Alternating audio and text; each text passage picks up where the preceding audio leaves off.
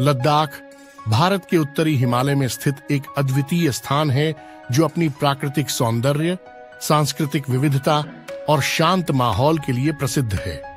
इस दस्तावेजरी के माध्यम से हम लद्दाख के इतिहास, भौगोलिक विशेषताएं और इसके समृद्ध सांस्कृतिक विरासत को जानेंगे। लद्दाख का इतिहास विशाल और अत्यंत प्राचीन है। यहाँ के पहाड़ी जलवायु और उच्च ऊंचाई के कारण इसे एक अलग और अनूठा स्थान बनाता है।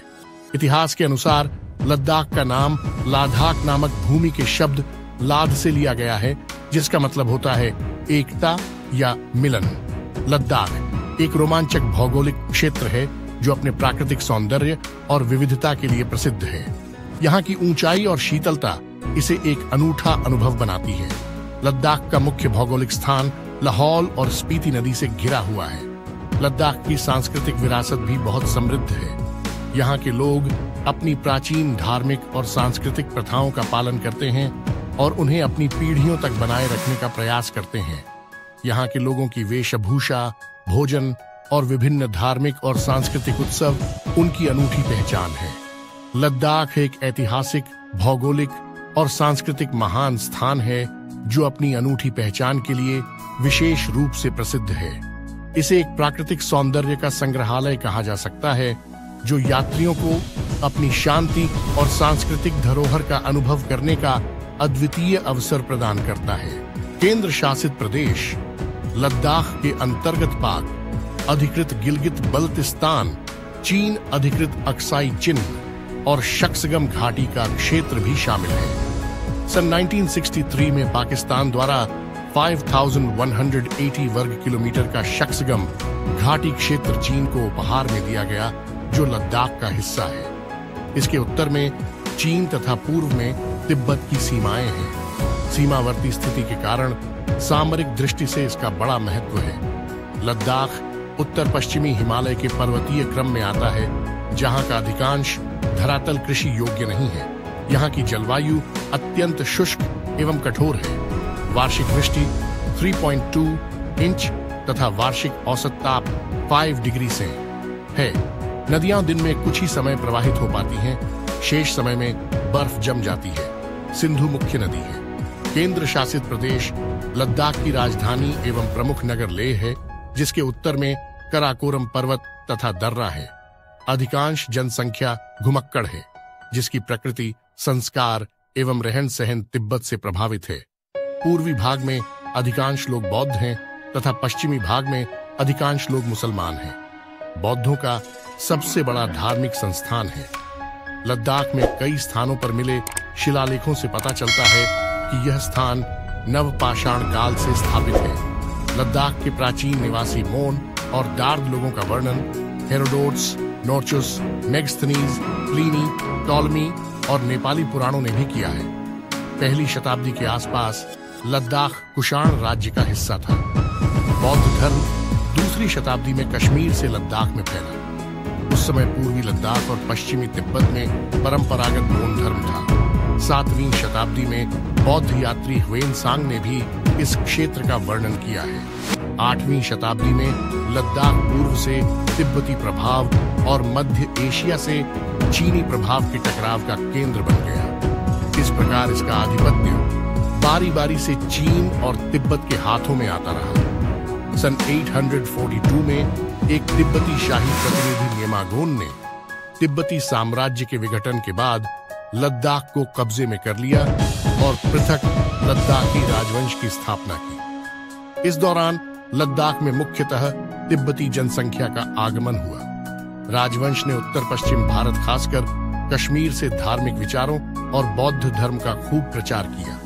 इसके अलावा तिब्बत से आए लोगों ने भी बौद्ध धर्म को फैलाया और पश्चिम में तिब्बतियों का सामना एक विदेशी राज्य शुंग शांग से हुआ, जिसकी राजधानी क्युंगलुंग थी। कैलाश पर्वत और मानसरोवर झील इस राज्य के भाग थे। इसकी भाषा हमें प्रारंभिक आलेखों से पता चलती है। यह अभी भी अज्ञात है, लेकिन यह इंडो यूरोपियन लगती है। भौगोलिक रूप से यह राज्य भ्रत व कश्मीर दोनों के रास्ते नेपाल से मिलता है। कैलाश नेपालियों के लिए पवित्र स्थान है। वे यहाँ की तीर्थ यात्रा पर आते हैं। 1947 में भारत विभाजन के समय डोगरा राजा हरि सिंह ने जम्मू कश्मीर को भारत में विलय की मंजूरी दे दी। पाकिस्तानी घुसपैठी लद्दाख पहुंचे और उन्हें भगाने के लिए सैनिक अभियान चलाना पड़ा। युद्ध के समय सेना ने सोनमर्ग से जोजिला दर्री पर टैंकों की सहायता से कब्जा किए रखा। सेना आगे बढ़ी और द्रास, कारगिल व लद्दाख को घुसपैठियों से आजाद करा लिया गया। 1949 में चीन ने नुब्रा घाटी और जिंजियांग के बीच प्राचीन व्यापार मार्ग को बंद कर दिया। 1955 में चीन ने जिंजियांग व तिब्बत को जोड़ने के लिए इस इलाके में सड़क बनानी शुरू की। उसने पाकिस्तान से जुड़ने के लिए कराकोरम हाईवे भी बनाया। भारत ने भी इसी दौरान श्रीनगर लेह सड़क बनाई, जिससे श्रीनगर और लेह के बीच की दूरी 16 दिनों से घटकर 2 दिन रह गई। हालांकि यह सड़क जाड़ों में भारी हिमपात के कारण बंद रहती है। जोजिला दर्रे के आर पार 6.5 किलोमीटर लंबी एक सुरंग का प्रस्ताव है, जिससे यह मार्ग जाड़ों में भी खुला रहेगा। पूरा जम्मू कश्मीर राज्य भारत, पाकिस्तान और चीन के बीच युद्ध का मुद्दा रहता है। कारगिल में भारत पाकिस्तान के बीच 1947, 1965 और 1971 में युद्ध हुए और 1999 में तो यहाँ परमाणु युद्ध तक का खतरा हो गया था। 1999 में जो कारगिल युद्ध हुआ उसे भारतीय सेना ने ऑपरेशन विजय का नाम दिया गया। इसकी वजह पश्चिमी लद्दाख, मुख्यतः कारगिल, द्रास, मशकोह घाटी, बटालिक और चोर बाटला में पाकिस्तानी सेना की घुसपैठ थी। इससे श्रीनगर लेह मार्ग की सारी गतिविधियां उनके नियंत्रण में हो गईं। भारतीय सेना ने आर्टिलरी और वायुसेना के सहयोग से पाकिस्तानी सेना को लाइन ऑन ऑफ कंट्रोल के उस तरफ खदेड़ने के लिए व्यापक अभियान चलाया। 1984 से लद्दाख के उत्तर पूर्व सिरे पर स्थित सियाचिन ग्लेशियर भारत और पाकिस्तान के बीच विवाद की एक और वजह बन गया। यह विश्व का सबसे ऊंचा युद्ध क्षेत्र है। यहाँ 1972 में हुए शिमला समझौते में पॉइंट 9842 से आगे सीमा निर्धारित नहीं की गई थी। यहाँ दोनों देशों में साल्टोरो रिज पर कब्जा करने की होड़ रहती है। कुछ सामरिक महत्व के स्थानों पर दोनों देशों ने नियंत्रण कर रखा है, फिर भी भारत इस मामले में फायदे में है। 1979 में लद्दाख को कारगिल व लेह जिलों में बांटा गया। 1989 में बौद्धों और मुसलमानों के बीच दंगे हुए। 1990 के ही दशक में लद्दाख को कश्मीरी शासन से छुटकारे के लिए लद्दाख ऑटोनॉमस हिल डेवलपमेंट काउंसिल का गठन हुआ और अंततः 5 अगस्त 2019 को यह भारत का 9वां केंद्र शासित प्रदेश बन गया है। इसी तरह की शानदार वीडियो देखने के लिए चैनल को सब्सक्राइब करें, दोस्तों में शेयर करें और वीडियो को लाइक कर दें। वीडियो देखने के लिए बहुत बहुत